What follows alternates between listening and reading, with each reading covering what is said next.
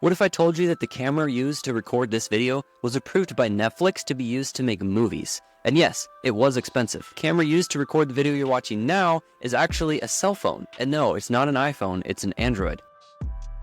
So what's the difference? Well, it's actually a lot of things, but this video is about lights, so we're going to talk about that. So how a camera works is it captures light. It doesn't matter how good your camera is, if you don't have any light, your camera can't do its job. Now there's three kinds of lights that I like to use. Number one is a key light, number two is a fill light, and number three is a backlight or a rim light. Now your key light is your primary light source. Now your second kind of light is going to be what's called fill light. Now because your primary light source is off to the side, it's going to leave a very dark shadowed side of your face. And you can also use a reflector and just reflect the main light back into the other side of your face. Now the third and final kind of light is a backlight or a rim light. Now what this does is it lights up kind of the back of you and it kind of adds a little bit of a halo. Like if I move my arm, you can kind of see. Those are three kinds of lights. We're going to go over three aspects to lighting. Number one is going to be quantity or brightness of your light. Number two is going to be the temperature of your light. And number three is going to be the direction of your light. Number four, I said there was three, but there's actually four, is going to be the softness of your light. Now that's all I have on lighting. I hope you found this video useful.